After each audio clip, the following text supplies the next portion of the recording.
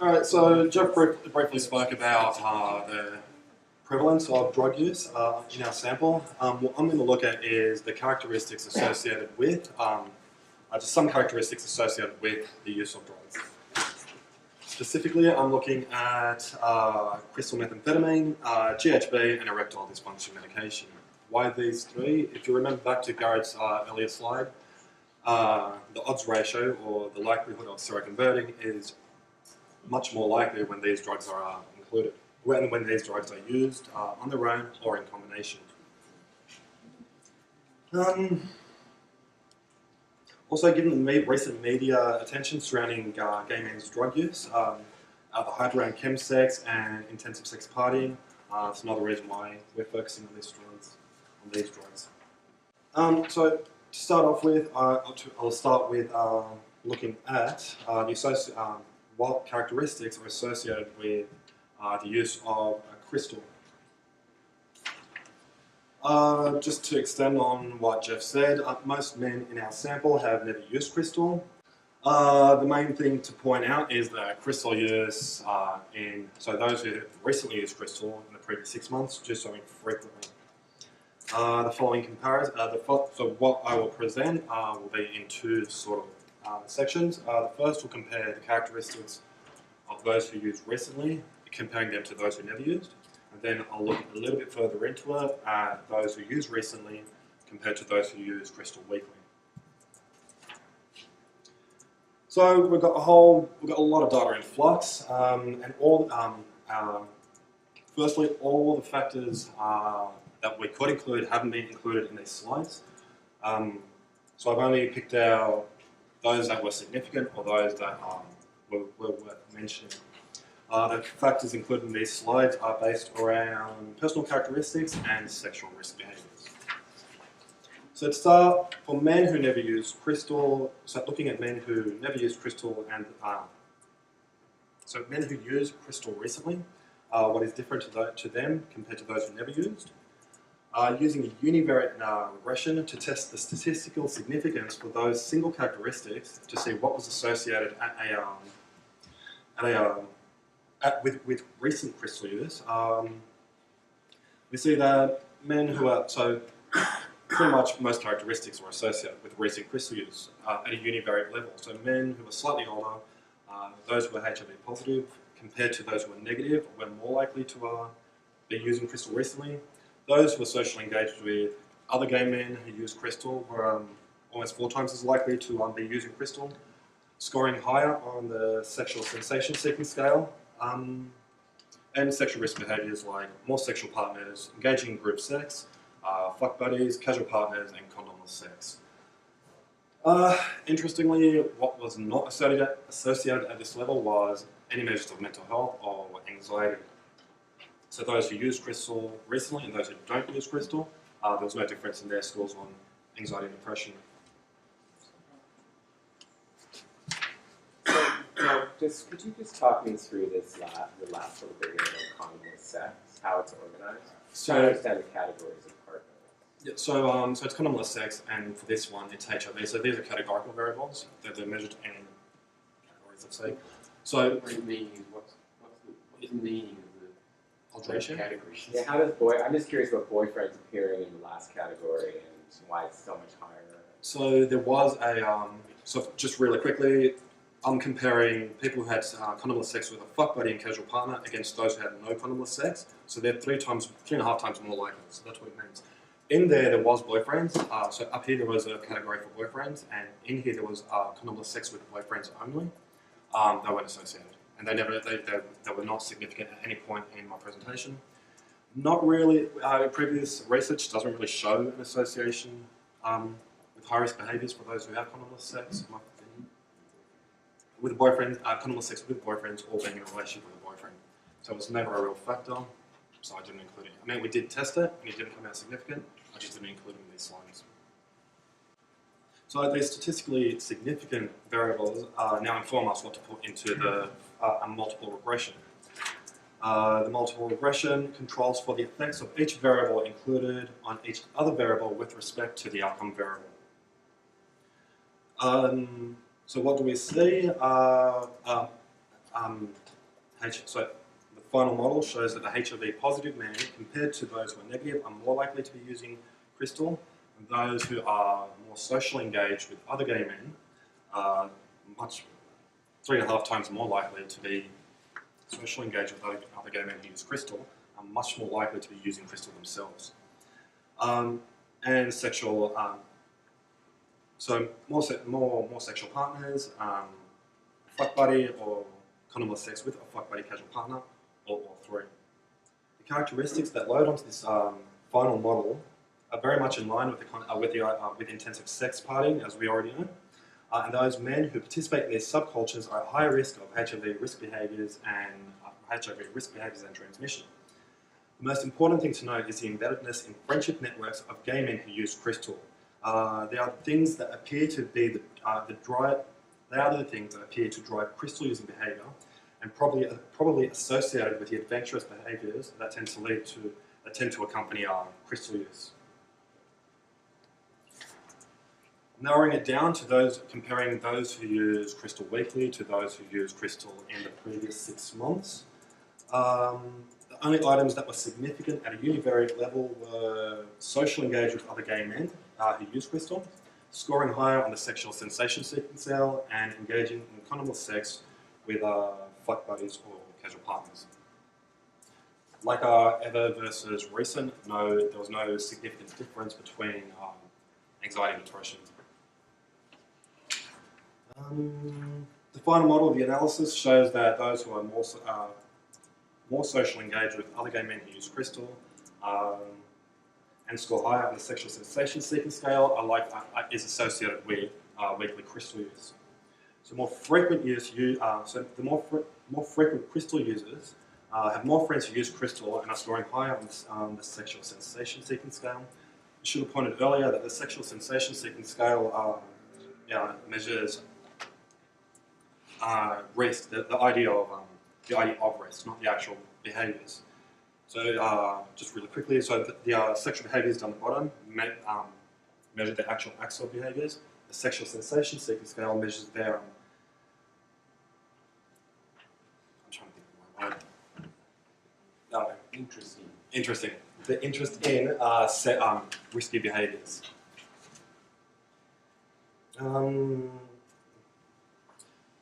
So if they are risk takers who seek out adventurous and risky sex, then that probably means that they are going to use crystal to enhance that possibility. And they're likely to use a mix, and they're likely to mix in networks of men who seek the same sort of experiences. It would then not be surprising that crystal use is primarily used for sex, and it's quite possible that weekly users are having a lot of sex. The more frequent use does raise the question of dependence. Just go a little bit off topic. This was added in recently. Just to illustrate the point of dependence, using the validated measure of dependence, we looked at the differences between the frequency of crystal use and compared them with scores on the severity of dependence scale. Not surprisingly, the more frequent the use, the higher the indication of dependence. Just to clarify, the severity of dependence scale doesn't measure dependence, it measures indications of dependence. So those who use weekly are there's more indication for dependence. So we can see what was associated with crystal use. And then moving into GHB. Why GHB? It's been commonly associated with reports of overdose. There are very few published articles on GHB, and through flux we're starting to see a strong relationship between we're starting to see a strong association between GHB and HIV risk behaviours and HIV risk transmission and behaviours. The majority of gay bisexual men in our sample have never used GHB. More than half who have ever used have not done so recently, while the other half have used in the previous 6 months. I should mention that the numbers for the numbers for GHB are quite small, so interpreting these results should be done with caution. So similar to how I did the analysis for crystal, same for GHB. At a univariate level, there is it's clearly evident that the association and the direction of the odds ratio follow the same pattern as crystal use. For recent GHB use, anxiety loads onto the anxiety is significant at a univariate level, but it's those who are less anxious are more likely to be using GHB. Garrett is going to talk about that in more depth, so mental health and its association to drug use in a later session, so I'll leave it with Garrett to elaborate on that. The items that load on the final regression, again, it's very similar to what we saw for recent use with crystal. It may very well be possible that these numbers are just too small to be able to give any real conclusion. But the final model, so I mean, if we had more numbers, we'd probably expect to see acts of condomless sex, similar to what we saw in our recent crystal use. Recent GHB use appears to be associated with intensive sex partying. And again, the embeddedness in friendship networks of gay men who use drugs appears to be a driving factor in GHB use. We didn't have enough data to compare recent use with weekly use, so we've collapsed that category into recent versus monthly.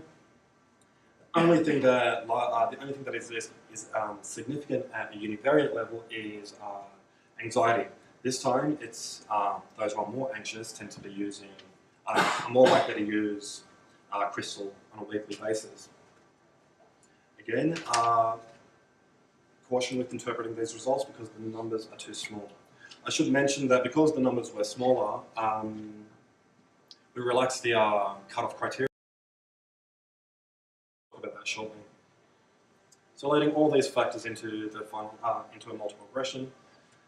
The final model again is very similar to what we found in GHB and crystal use. So on the point of age, we know that older men are using erectile dysfunction medication for therapeutic reasons, which might be why which might explain the reason the association is with slightly older men. Based on these results, it appears that men tend to be using erectile dysfunction medication for sex partying rather than for therapeutic reasons. But there may be some older men who are using it for EDM. Using EDM for therapeutic reasons. Very similar to crystal and GHB, the driving factors of EDM use appears to be among those men who are embedded in networks of friends who use drugs.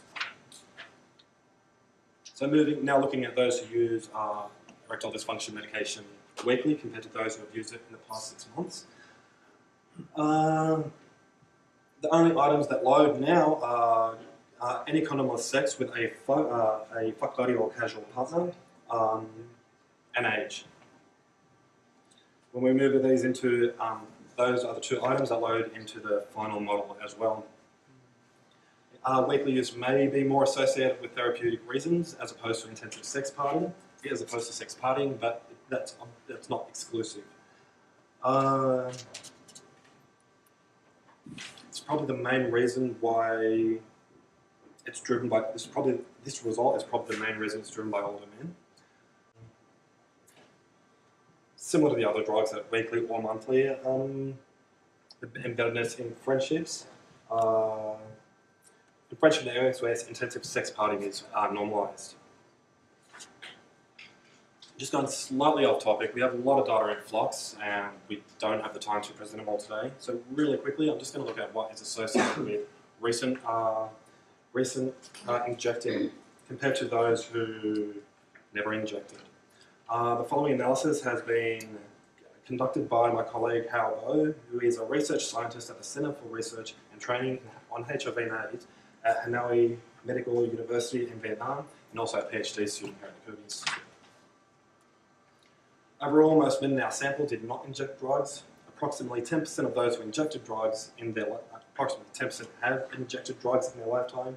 half of which have done so in the previous 6 months. These proportions are somewhat higher than the general population, but are generally in line with other surveys among gay and bisexual men, like the Gay Community Periodic Survey. If you remember from Jeff's earlier overview of baseline prevalence, you'll note that most of the injecting was reported in the previous 6 months was actually injecting crystal. At a univariate level, we can see the similarities again between those who have injected recently and those who have recently used crystal, EDM, and GHB. By this stage, you're probably not surprised. By this case. The number of drugs ever used, and the time since initiation of party drugs, neither included in our previous analysis, were associated with injecting.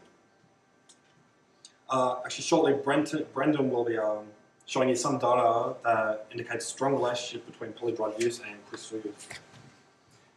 Injecting drugs was associated with being unemployed, even though I did not load for crystal, GHB, or EDM use.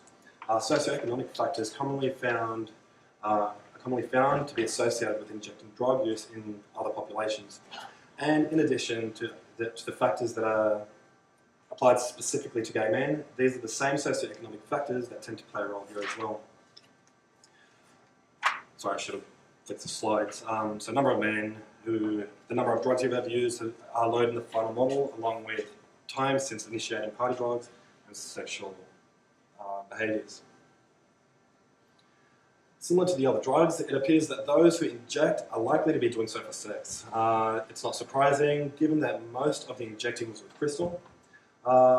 Interestingly, the more drugs used, the more time since initiating a party drug, the more likely they were to recently inject.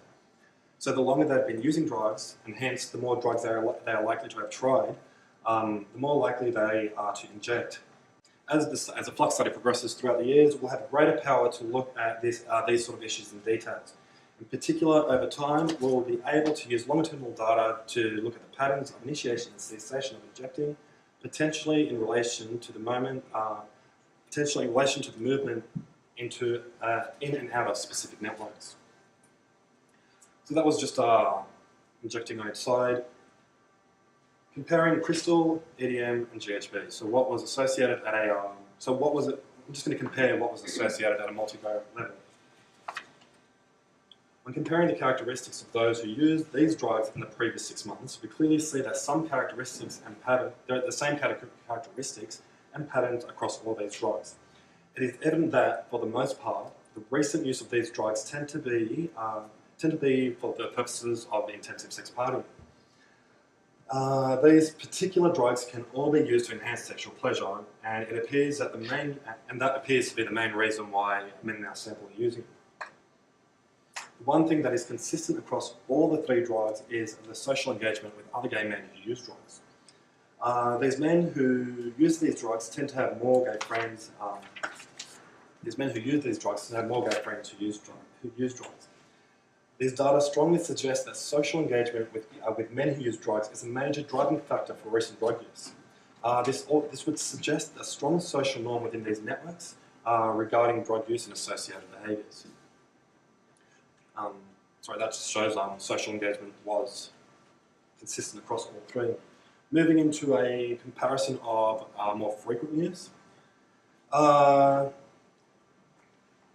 It starts to emerge that each drug used on a regular basis has different functions and purposes. It will appear that EDM may be often used for therapeutic reasons, at least by a significant number of old men. For crystal, it would appear that men who use frequently are more embedded in intensive sex party networks, such as using crystal, and as such, using crystal more often for those reasons. Lastly, while anxiety is the only item that loaded on the final model of frequent GHB use, these numbers are really too small to draw any real conclusion. So to finish off, social engagement with gay friends who use drugs appear to be the key driving factor for using behaviours. Men who used any of these 3 drugs and those who injected tend to do so infrequently, and often appear to have done so for intensive sex partying reasons. Men who used EDM more frequently appear to be doing so for therapeutic reasons, whereas men who use GHB and crystal more frequently tend to be doing so due to a dependence or being immersed in a sexual subculture. No, just simple. So it's important to know the characteristics. So why is this data important? To know the characteristics of those who used recently and that compared to those who never tried. To be able to support alcohol and drug services. Focus on frequent independent use, and possibly prioritise those who are at risk of becoming more dependent. That's it.